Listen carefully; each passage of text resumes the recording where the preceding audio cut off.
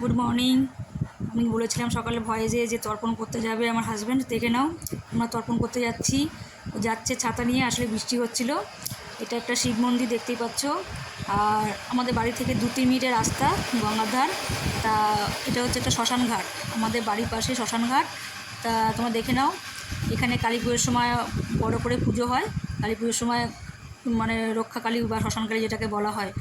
আর তোমরা দেখতেই পাচ্ছ অনেক গাড়ি, সাইকেল, সবাই গঙ্গাঘাটে তর্পণ করতে চলে এসছে।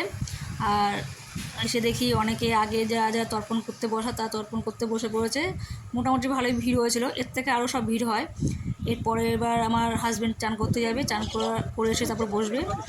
চান করতে নামছে, দেখে নাও এটা গঙ্গার ঘাটটা দেখে নাও। শ্যাওলা কচুরিপানা ভর্তি ছিল কিছুটা। আর ব্রাহ্মণ বলাতে ওই চান করে টরে উঠলো, ওই আসছে চান করে এবার বসবে, বসে পড়েছে তর্পণ করতে। তা ঠাকুরমশাই মন্ত্র পড়া শুরু করে দিল, যা যা নিয়ম করা সব করছে সব। যাই হোক ঠাকুরমশাই মন্ত্র পড়ছে, ওরা তর্পণ করছে আর কি। আর আমি তো দাঁড়িয়ে দাঁড়িয়ে ভিডিও করে যাচ্ছি। তা তোমরা দেখতেই পাচ্ছ তর্পণ করছে সব, যার যার বালতি গামলা সব আলাদা।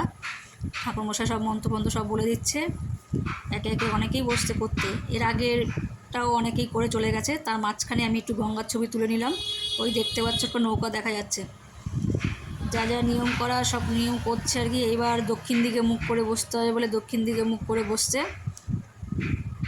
অনেক মেয়েরাও করছে, অনেক মেয়েরাও তর্পণ করছে আর কি। যাই হোক আমাদের গঙ্গার ঘাটটা দেখে নাও, ওই যে দেখা যাচ্ছে এটা হচ্ছে গঙ্গার ঘাটে ওই পার, মানে কোন্নগর ঘাট আর কি।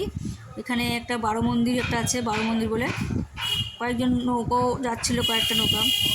তা যাই হোক এখানে কচুরিপানা ভর্তি ছিল গঙ্গার ঘাটটায়। আর ওই যে মন্দিরটা দেখতে পাচ্ছ তোমরা, দেখা যাচ্ছে মন্দিরটা, তার মাঝখানে আমার দিকে একটুখানি ভিডিও করে নিলাম। অনেকেই এসেছিলো গঙ্গার ঘাটে, আর সকাল থেকে তো দেখলাম বৃষ্টি হচ্ছে, তা বৃষ্টির মধ্যে অনেকে আসতে পারেনি। এই সময় অনেকেই গঙ্গা চান করে, অনেকেই তর্পণ করে। যাই হোক ওরা এখনও তর্পণ করে যাচ্ছে, আর আমি তো ভিডিও করে যাচ্ছি। এবার তর্পণের শেষের দিকে চলে এসছে, এবার দাঁড়িয়ে দাঁড়িয়ে মন্ত্র বলতে হচ্ছে, দাঁড়িয়ে দাঁড়িয়ে মন্ত্র পড়ছে। তোমরা দেখতেই পাচ্ছ তর্পণের শেষের দিক চলে এসছে, হয়ে গেছে তর্পণ। এবার আবার তর্পণ করে আবার স্নানের দিকে যেতে হবে আর কি।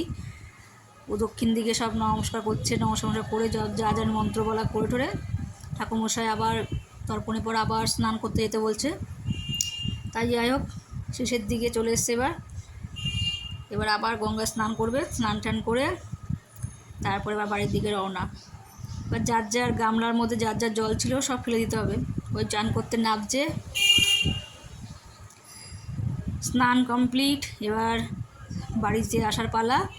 তা স্নান টান করে ঠাকুরমশাইকে দক্ষিণা দিয়ে আমরা বাড়িতে ফিরে চলে এসেছি। সবাই দেখো, দেখে বলো ভিডিওটা কেমন লাগলো জানিও।